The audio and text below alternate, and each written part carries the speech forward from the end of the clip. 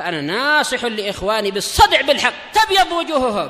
السكوت في مسألة الحزبية يضرها، فاصدع بما تؤمر وأعرض عن المشركين. سلامي على دماج ورجالها والشيخ يحيى ودار العلم يا سعد بانيها. Bismillahirrahmanirrahim. Innal hamdalillah nahmaduhu wa nasta'inuhu wa nastaghfiruh wa na'udzu billahi min shururi anfusina wa min sayyiati a'malina. May yahdihillahu fala mudilla lahu wa may yudlil fala hadiya lahu. Wa asyhadu an la ilaha illallah wahdahu la syarika lahu wa asyhadu anna Muhammadan abduhu wa rasuluh. Sallallahu alaihi wa ala alihi wasallam, amma ba'du. Melanjutkan tentang pembahasan keluarnya wanita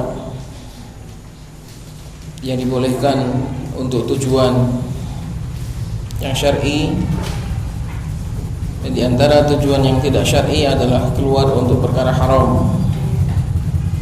Di antaranya adalah untuk intikhabat.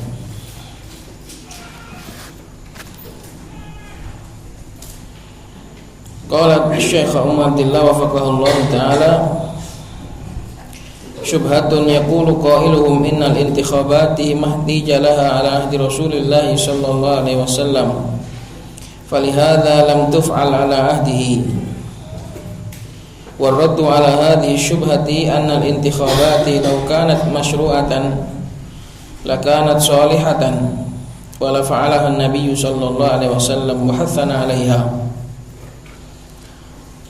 Syubhat, berkata dari sebagian mereka, sesungguhnya pemilu tidaklah dibutuhkan pada zaman Rasulullah sallallahu alaihi wasallam. Oleh karena itu zaman dahulu tidak dilakukan. Oleh karena itu tidaklah dilakukan pada zaman beliau. Dan bantahan terhadap syubhat ini bahwasanya pemilu itu sudah dibutuhkan karena kepemimpinan itu adalah kebutuhan yang mendesak bagi setiap perkumpulan. Sejak zaman dahulu, raja yang membawai masyarakat itu sudah ada. Jadi mengangkat pemimpin, tata cara memilih pemimpin itu sudah pasti dibutuhkan, bukan hanya di zaman Nabi saja. Ya, sejak zaman dahulu, sejak adanya perkumpulan itu sudah harus ada kepemimpinan. Maka di zaman Nabi, tata cara untuk memilih pemimpin itu juga dibutuhkan. Tapi Nabi SAW tidak mengajarkan atau tidak memberikan pilihan tata cara memilih pemimpin itu adalah dengan cara voting atau dengan cara mengambil suara. Maka di sini jawabannya adalah annal intikhabat law kanat masyru'atan. Seandainya pemilu itu kalau memang itu disyariatkan atau minimal diizinkan, lakanat sholihatan, maka pastilah dia itu akan layak. Karena Nabi SAW gak mungkin meninggalkan. Kalau memang itu boleh dan itu bermanfaat dan akan menghasilkan pilihan yang baik, pasti akan dicontohkan oleh Nabi SAW. Wala fa'alahan Nabi, dan juga pasti akan dilakukan oleh Nabi.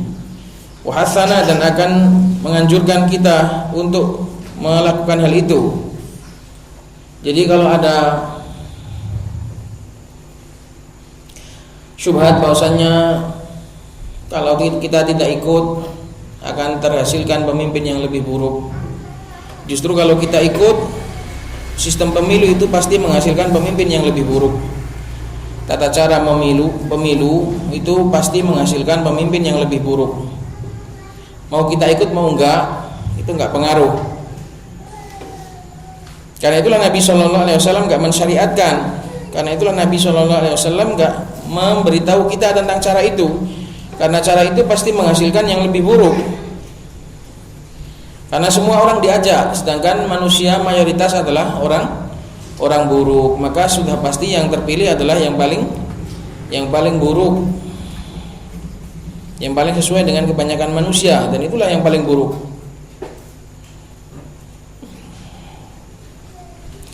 Wa amma qaulukum mahtijalaha fi zamanin Nabi sallallahu alaihi wasallam, adapun perkataan kalian bahwasanya tidak dibutuhkan di zaman Nabi sallallahu alaihi wasallam, fa hadza ghairu sahih. Maka ini enggak benar, bahkan dibutuhkan. Nabi dulu juga butuh ketika mendapati masalah-masalah yang di situ diperselisihkan. Nabi dan juga para sahabat sangat butuh untuk memecahkan perselisihan tersebut. Jadi mahtijalaha tidak dibutuhkan. Bantahannya adalah Nabi itu dulu butuh. Butuh itu maksudnya bukan kok butuh pada pemilu, bukan. Butuh memecahkan masalah, butuh memecahkan perselisihan. Nah, memecahkan masalah dan memecahkan perselisihan itu enggak dengan cara dipilih dan diangkat suara, bukan. Maka dikatakan wa minal adillati ala butlani, dan termasuk dalil batalnya sistem voting ini. Jadi kan perkataan tidak dibutuhkan. Nabi dulu butuh. Butuh di sini maksudnya bukan kok butuh pemilu, bukan. Tapi butuh cara untuk menyelesaikan perselisihan.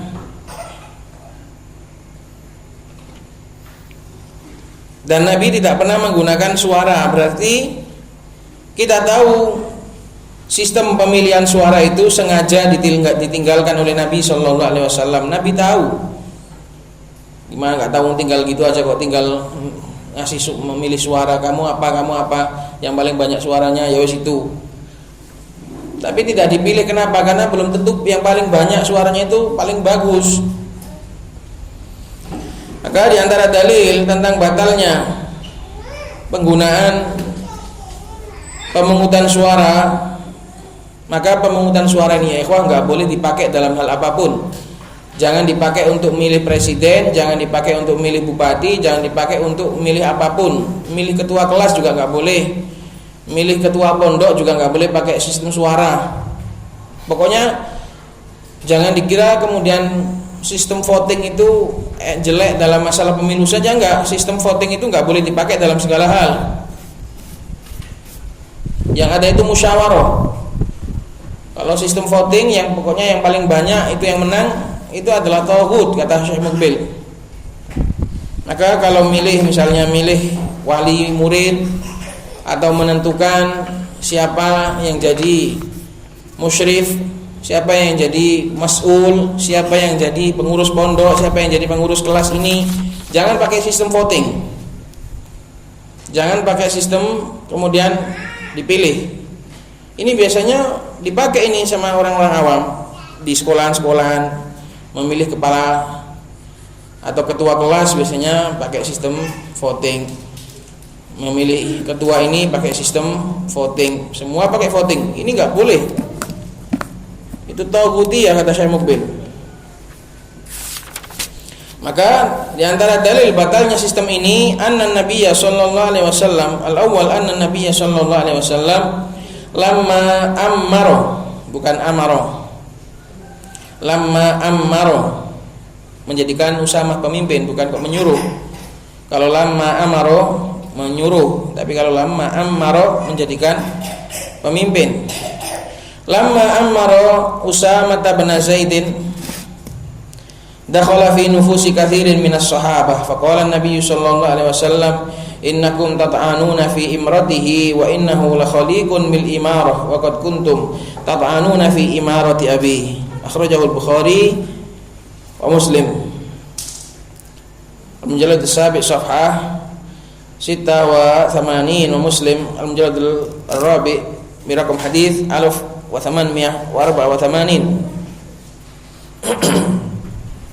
Nabi SAW tatkala menjadikan Usamah sebagai pemimpin pasukan perang, Usamah bin Zaid, anaknya Zaid bin Harithah, dijadikan komandan perang. Maka hal itu dakhala fi nufusi katsirin minas sahabah, mengganjal, enggak diterima di dalam jiwa banyak dari kalangan sahabah. Karena apa? Karena keturunan budak. Mereka merasa risih kalau dipimpin oleh seorang budak. Maka hal ini dakhala fi nufusi katsirin, mengganjal di dalam jiwa-jiwa kebanyakan dari kalangan para sahabat. Maka Nabi SAW mengatakan, innakum tat'anuna fi maratihi, sesungguhnya kalian mencela dalam kepemimpinannya Usama. Wa innahu la khaliqun bil imarah, padahal dia itu sangat layak sekali untuk mendapatkan kepemimpinan. Dan sungguh kalian dulu juga telah mencela dalam kepemimpinan ayahnya, yaitu Zaid bin Harithah. Padahal dulu terbukti Zaid bin Harithah berhasil memimpin. Kalian dulu salah, ya kan? Kalian dulu salah mengomentari kepemimpinan ayahnya. Sekarang mau diulang lagi mengomentari kepemimpinan anaknya.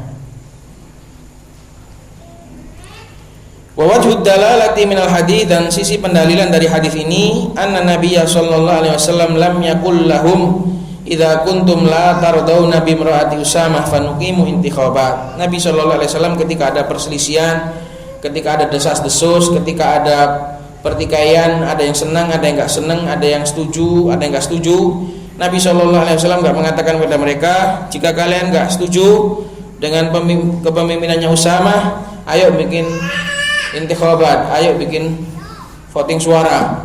Nanti yang banyak, wis pokoknya itu. Enggak ada. Tapi Nabi SAW memberikan ketegasan. Nanti akan ditekankan di sini bahwasanya penguasa itu menegaskan, memberikan ketegasan. Jangan nurut kebanyakan. Mafhum di sini istidlalnya dari hadis ini. Asani, dalil yang kedua, wa fi sahih Muslim al-mujallad ats-tsalis birakam hadis 1381 lamma asara al-asara fi ghazwati Badrin, qala Rasulullah sallallahu alaihi wasallam li Abi Bakr wa Umar, ma tarawna fiha ulail asara. Tatkala Nabi sallallahu alaihi wasallam menawan para tawanan di perang Badar, Rasulullah sallallahu alaihi wasallam berkata kepada Abu Bakar dan Umar, apa pendapat kalian tentang para tawanan tadi, dibunuh atau dilepaskan dengan bayaran? Faqala Abu Bakar, maka Abu Bakar radhiyallahu taala anhu berpendapat, ya Nabi Allah, hum banul ammi wal ashirah, ara an ta'khudha minhum fidyatan fatakuna lana quwwatan 'alal kuffar, fa'asa an yahdiyahumullahu lil Islam. Wahai Nabiullah, mereka adalah banul ammi wal ashirah, mereka adalah anak dari paman dan juga kerabat kita. Mereka itu masih kerabat kita semua, wahai Rasulullah. Saya melihat lebih pasnya lagi kita itu mengambil dari mereka fidyah, supaya dana fidyah ini menjadi kekuatan bagi kita untuk melawan orang-orang kufar. Jadi pendapatnya Abu Bakar itu ngambil mereka dilepas, diganti dengan duit atau diganti dengan harta, supaya harta tadi bisa kita pakai untuk memperkuat Islam, dan merekanya fa'asa an yahdiyahumullahu lil Islam, dan mereka semoga mereka Allah berikan hidayah untuk masuk Islam. Ini pendapatnya Abu Bakar. Lihat nanti dari kisah ini kita akan mengambil banyak pelajaran. Faqala Rasulullah, maka Rasulullah tanya kepada Umar, ma tara ya ibn al-Khattab, apa pendapatmu wahai Umar? Qultu la wallahi ya Rasulullah, maka Umar mengatakan, enggak Rasulullah, jangan gitu. Ma alladhi ra'a Abu Bakar, saya tidak sependapat dengan pendapatnya Abu Bakar. Walakinni ara antumakkinna, aslinya antumakkinana, aslinya nunnya dua. Akan tetapi saya berpendapat engkau itu memberikan kekuasaan kepada kami, antumakkinna, tumakkinana, engkau memberikan kekuasaan kepada kami, fanadribu a'naqahum, biar kami ini yang membunuh mereka. Jadi biar keluarganya masing-masing yang membunuh. Kenapa kok dipilih keluarganya yang membunuh? Supaya nggak ada tuntutan dibunuh dari pihak keluarganya sendiri. Karena kalau nanti keluarga ini dibunuh oleh keluarga lain, pihak keluarga nggak terima. Tapi kalau yang membunuh itu adalah orang dekatnya sendiri, maka nanti beres masalahnya, enggak lebih besar. Fatumakkinu aliyan atau fatumakkina aliyan min uqailin fayadribu unuqahu. Maka engkau berikan kekuasaan kepada Ali untuk membunuh Uqail, supaya Ali menebas lehernya. Wa tumakkinni min fulanin nasiban li Umar fa'adriba unuqahu, dan engkau berikan aku kekuasaan terhadap si fulan, yaitu masih kerabatnya Umar, supaya aku tebas lehernya. Kenapa kok saya memilih untuk mereka supaya dibunuh? Fa inna haula'i a'immatul kufri wa sanadiduha, karena sesungguhnya mereka itu adalah para dedengkot kekufuran dan para bajingan-bajingannya. Sanadid itu adalah dedengkotnya, pembesar-pembesarnya.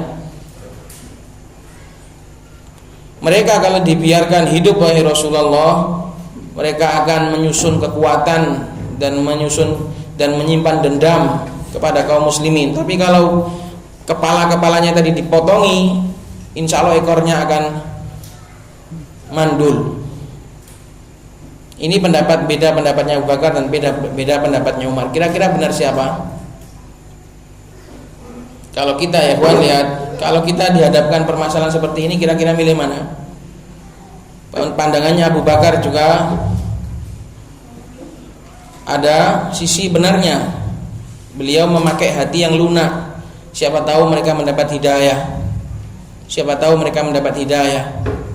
Pendapatnya Umar memandang, karena kita ini di awal Islam, kita butuh sebuah dobrakan yang musuh itu menjadi takut.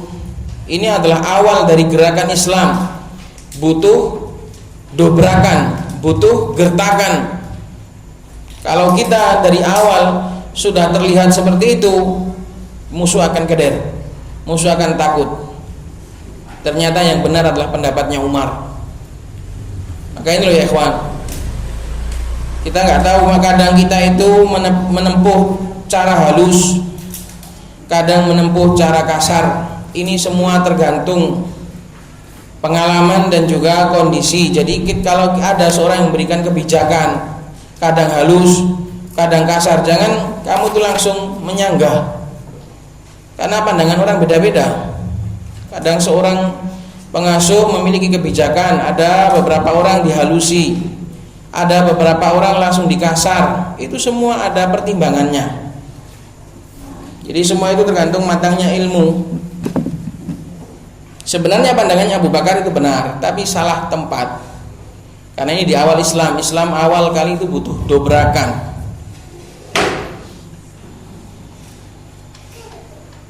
Belum butuh harta, butuh untuk melemahkan musuh dulu, untuk memandulkan atau memangkas musuh dari akarnya dulu. Baru nanti ketika Islam itu kuat, baru butuh ghanimah, baru butuh harta.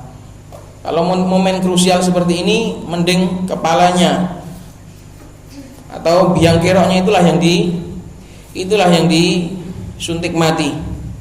Maka kadang kita itu mengambil kebijakan tegas, karena itu adalah biang kerok dalam keburukan.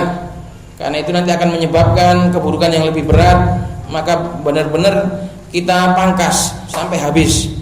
Ada yang kita lepaskan, ada yang kita ulur dia, ada yang kita taklif hatinya, karena mungkin dia nggak seberapa berpengaruh. Maka beda-beda ya ikhwah, jangan langsung dikomentari. Kalaupun komentar, tanya dulu, jangan langsung disanggah.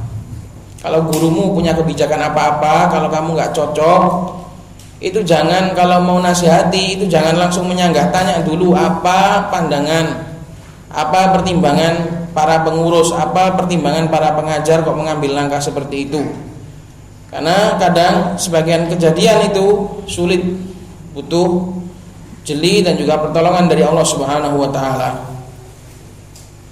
Fahawiya Rasulullah sallallahu alaihi wasallam ma qala Abu Bakrin wa lam yahwa ma qultu. Rasulullah lebih memilih apa yang dikatakan oleh Abu Bakar, dan Rasulullah tidak memilih. Walam yahwa maknanya tidak menginginkan apa yang aku katakan.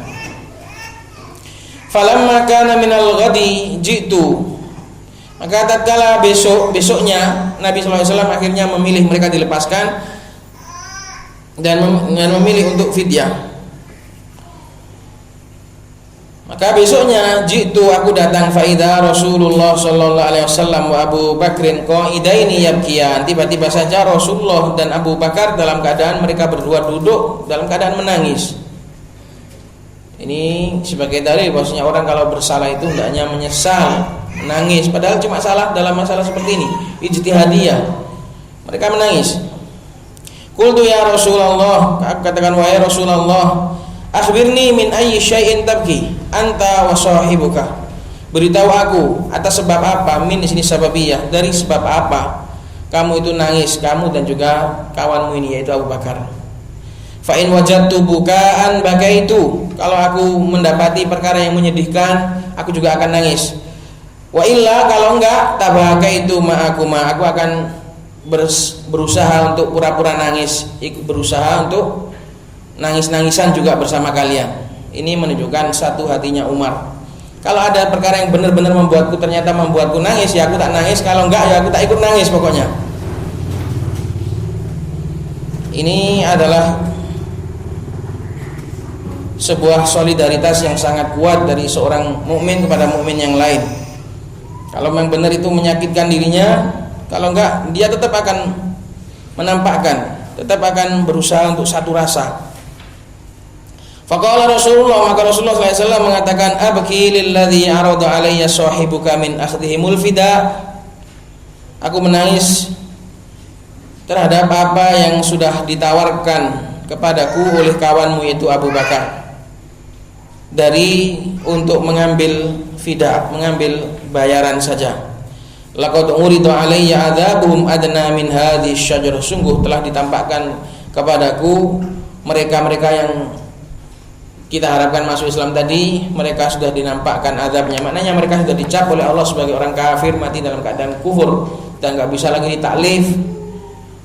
Sungguh telah ditampakkan kepadaku azabnya mereka itu lebih dekat dari pohon depan kita ini, min hadhihi syajarah. Jadi maknanya salah, keputusannya Abu Bakar yang dipilih oleh Rasulullah SAW salah.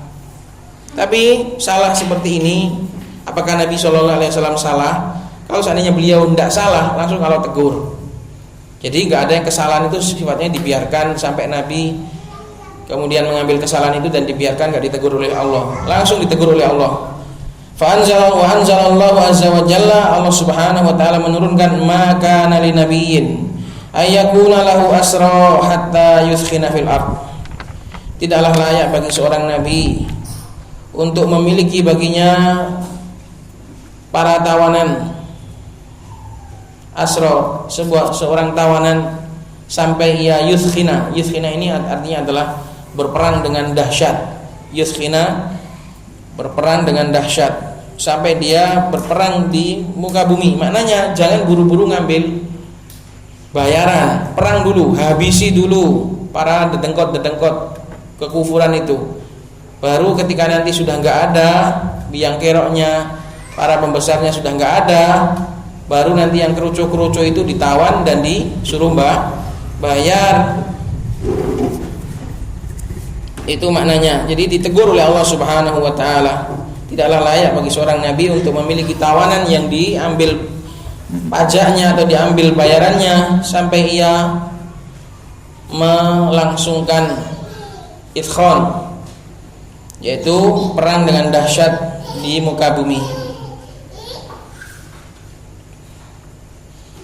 Ila qauli, sampai ucapan Allah Subhanahu wa taala, fakulu mimma ghanimtum halalan thayyiban. Nanti kalau sudah perang, sudah mendapatkan ghanimah, orang-orang pemimpin kafir sudah mati, yaitu baru kalian boleh fakulu, maka makanlah dari apa yang kalian ambil ghanimah sebagai halalan thayyiba.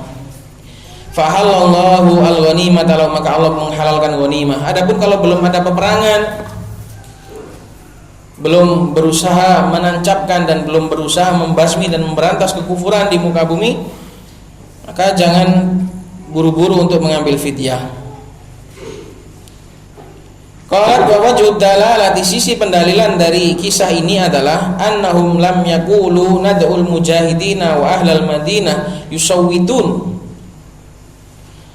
Mereka para sahabat Nabi sallallahu alaihi wasallam dan para sahabat tidaklah mengatakan ayo kita panggil para mujahidin yang sudah perang Badar dan juga ahlul Madinah semuanya biar yusawwitun, biar mereka mengambil suara. Ini gimana enaknya, dibunuh atau disuruh bayar? Ayo pemilu, ayo voting.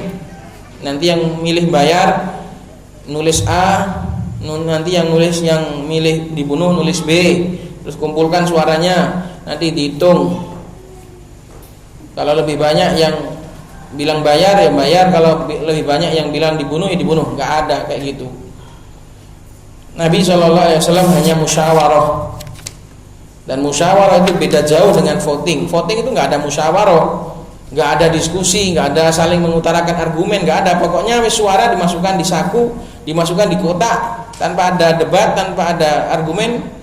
Yang paling banyak diikuti, harus wajib patuh. Kalau musyawarah kan nggak. Musyawarah kan saling adu, saling sharing pendapat, saling tukar pendapat. Nanti boleh terima, boleh enggak. Pokoknya beda jauh. Sudah saya sebutkan semua alhamdulillah dalam tinta ungu tentang perbedaan antara musyawarah dengan voting. Karena ada juga sebagian ustadz yang mengaku salafi yang mengatakan bahwasanya kalau musyawarah enggak dapat, ya enggak apa-apa pakai voting katanya. Kalau musyawarah itu mengalami kebuntuan, enggak apa-apa ujung-ujungnya pakai voting. Kalau enggak salah Arifin Badri atau siapa gitu, lupa saya. Yusawwitun hal na'khudul fida'a am annana naqtulul asra. Mereka biar memberikan suara apakah kita mengambil fida ataukah kita membunuh para tawanan atau membunuh tawanan. Ini dalil yang kedua. Jadi dulu butuh untuk menyelesaikan perselisihan-perselisihan, tapi Nabi SAW tidak pernah menyarankan untuk voting.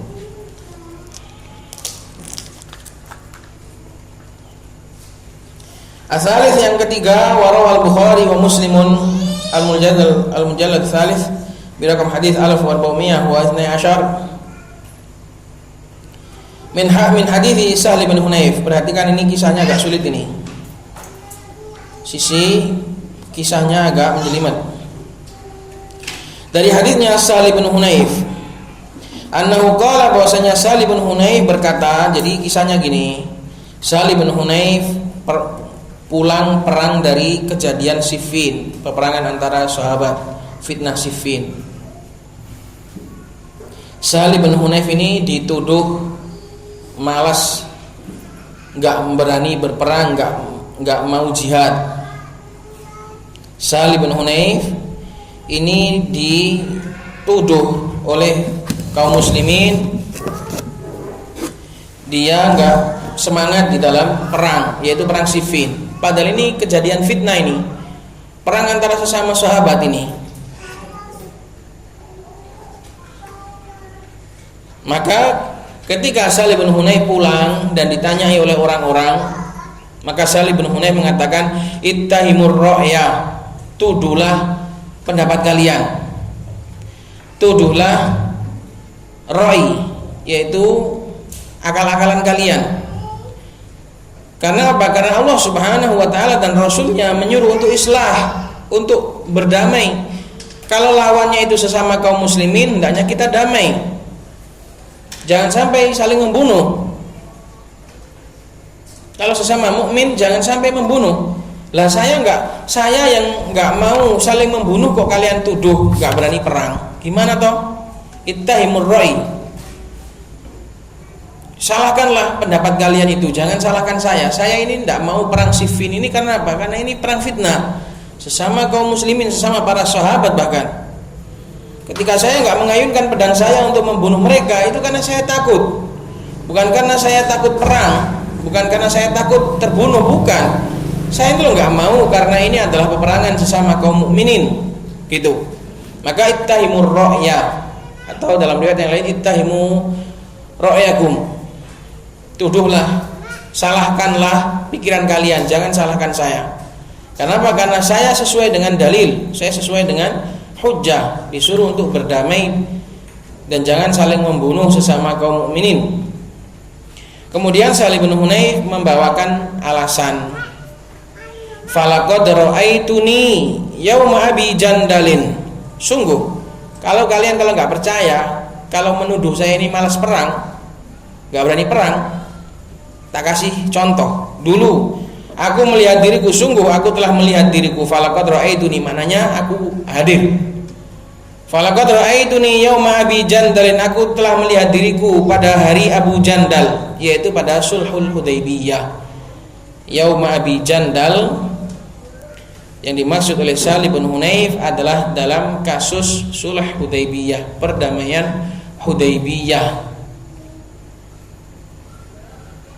Kisahnya gini, Abu Jandal itu adalah seseorang yang bernama Al-Asi ibnu Suhaib. Abu Jandal adalah kunyah dari seseorang yang bernama Al-Asi ibnu Suhaib. Al-Asi ibnu Suhail ini adalah seseorang yang datang kepada Nabi SAW untuk masuk Islam di saat perdamaian Hudaybiyah. Maka ayahnya yang masih kafir, yaitu Suhail, datang kepada Nabi SAW menagih anaknya, Muhammad, katanya damai, ini anakku kok datang kepadamu untuk masuk Islam, balikkan anakku. Maka sama Nabi SAW dibalikkan anaknya. Dan ini sangat berat bagi kaum muslimin. Gimana tuh Nabi? Wong sudah orang datang ke sini masuk Islam kok kamu balikkan lagi? Ayo kita perang saja. Enggak terima, ayo bacok-bacokan aja, enggak apa-apa. Kata Nabi, jangan. Ini kan masa damai Hudaybiyah. Jadi para sahabat tidak terima. Berat sekali ketika ada saudaranya yang mukmin dikembalikan pada orang kafir, ini sangat berat di hati mereka.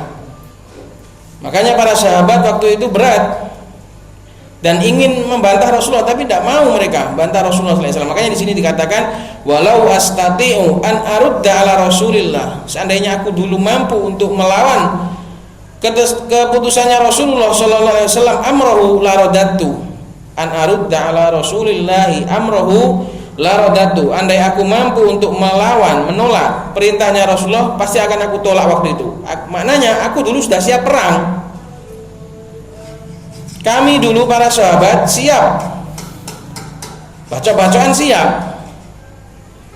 Jadi kamu jangan nuduh aku nggak berani perang. Dulu kami itu sudah siap mau perang dengan kalangan Arab, tapi Nabi SAW melarang. Kenapa? Demi menjaga darahnya kaum mukminin.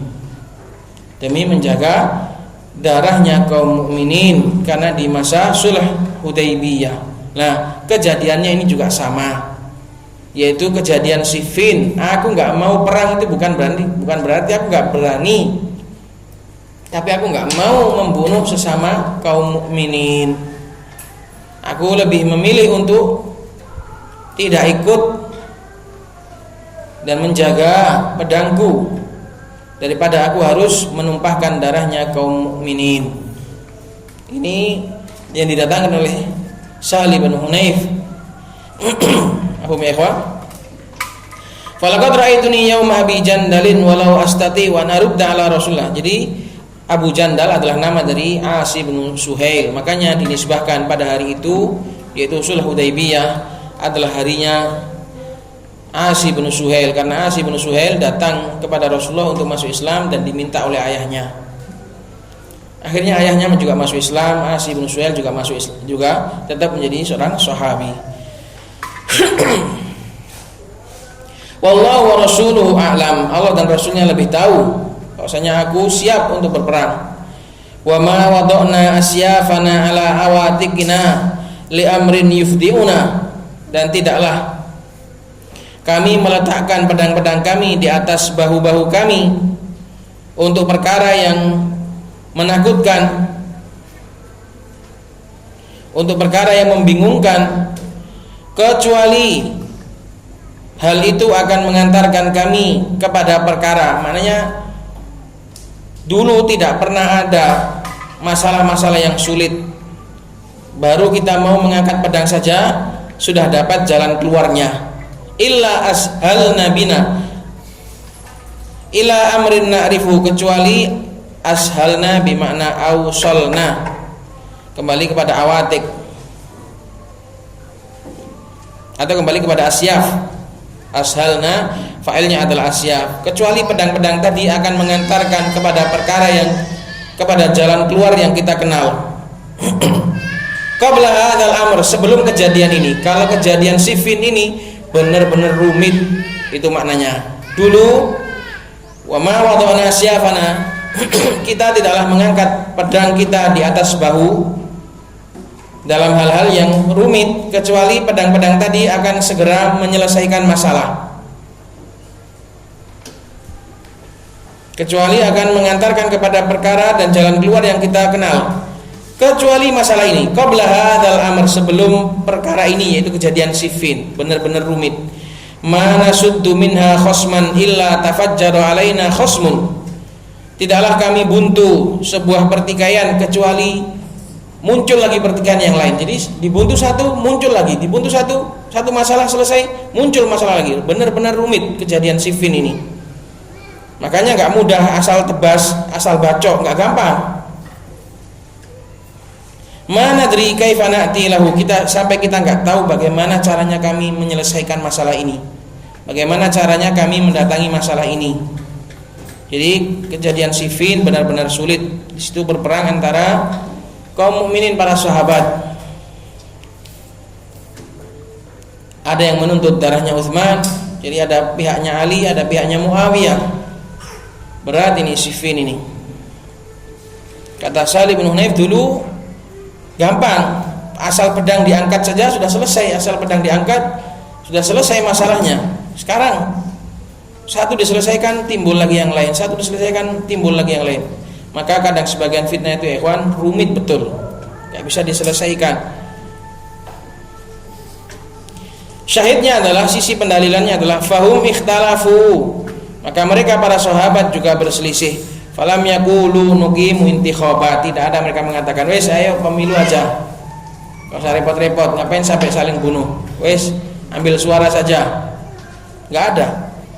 Jadi tata cara seperti ini gak dikenal di dalam Islam.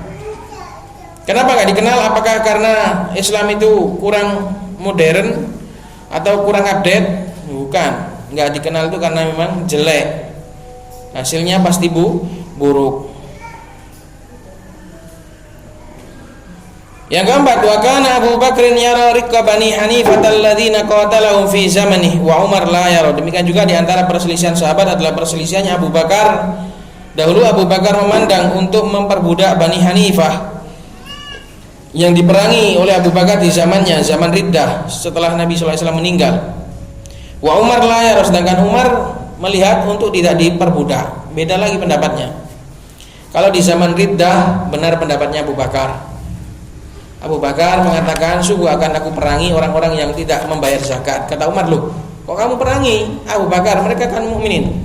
Beda tuh ya ikhwah. Ketika kejadian Badar, Abu Bakar milih halus, Umar milih keras. Ketika di kejadian Riddah, Abu Bakar milih keras, Umar milih halus. Yang benar Abu Bakar kalau di dalam kejadian Riddah ini. Maka harusnya kita itu belajar dari kasus-kasus seperti ini untuk memecahkan masalah-masalah. Falam yaqulu nad'un nasa wa nusawwid, maka mereka tidak mengatakan ayo kita panggil manusia dan kita voting. Wa man kathratil aswatu mahu, dan barang siapa yang suara-suara itu lebih banyak bersama dia, ittaba'nahu, biar kita ikuti. Enggak ada. Hadhihi ba'dul amsali fi dzal, ini sebagian contoh dalam masalah ini. Fal imamu yajzimu ma yara annahu al-haqqu, maka kewajiban seorang imam adalah memutuskan, untuk bertekad memutuskan apa yang dia lihat itu benar. Walasna mufawwadina fi dinillah wala mukhayyarin, dan kita ini tidaklah dipasrai. Ini ucapannya Syekh Mukbil ini.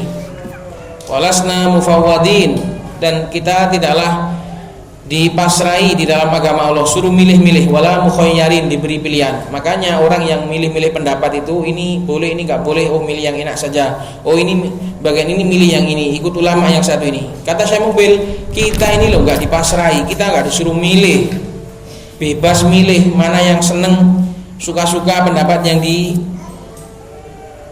oleh hasrat. Nggak boleh kayak gitu.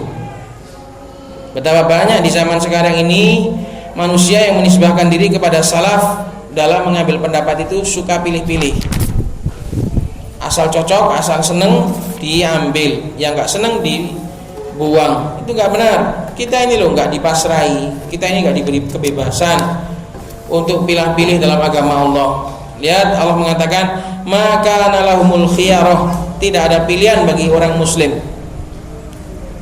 Ayatnya, wa ma kana lil mu'minin wala mu'minatin idza qadallahu wa rasuluhu amran ay yakuna lahumul khiyaratu min amrihim. Maka lahumul khiyarah, subhanallah wa ta'ala amma yusyrikun, tidak ada bagi mereka itu pilihan. Maha suci Allah dan maha tinggi dari apa yang mereka sekutukan. Allah Subhanahu wa taala juga berfirman, wa ma kana lil mu'minin, tidaklah layak bagi seorang mukmin dan mukminah idza qadallahu wa rasuluhu, apabila Allah dan Rasulnya telah memutuskan suatu perkara, ayyakuna lahumul khiyaratu min amri, mereka punya pilihan lain dari perkara mereka. Jadi kalau dalilnya jelas, kalau hujahnya itu kuat, sudah, kamu nggak usah milah-milih lagi. Kewajibanmu hanya tunduk, sami'na wa ata'na. Jangan karena dalil jelas cari lagi fatwa kepada ulama lain, siapa tahu ada yang membolehkan. Cari lagi kepada ulama lain, siapa tahu ada yang membolehkan. Kamu itu loh nggak disuruh untuk seperti itu. Kalau memang sudah jelas bagimu suatu dalil, kalau sudah memang tegas bagimu suatu hujjah, kewajibanmu cuma sami'na wa ata'na. Kalau belum bisa mengamalkan, ya mbok berdoa, sesuk-sesuk iso ngamalno. Ojo kok wis gak iso ngamalno tambah gilek-gilek sing gak iso diamalno.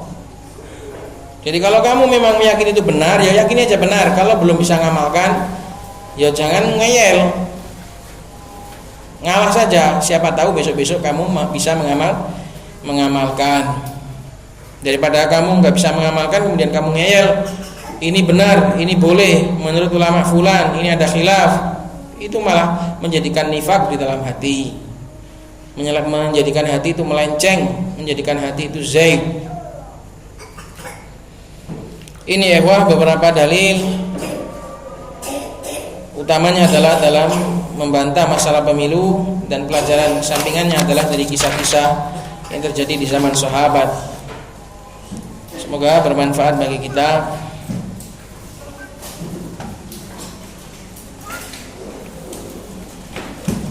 Subhanakallahumma bihamdika asyhadu an la ilaha illa anta astaghfiruka wa atubu ilaik.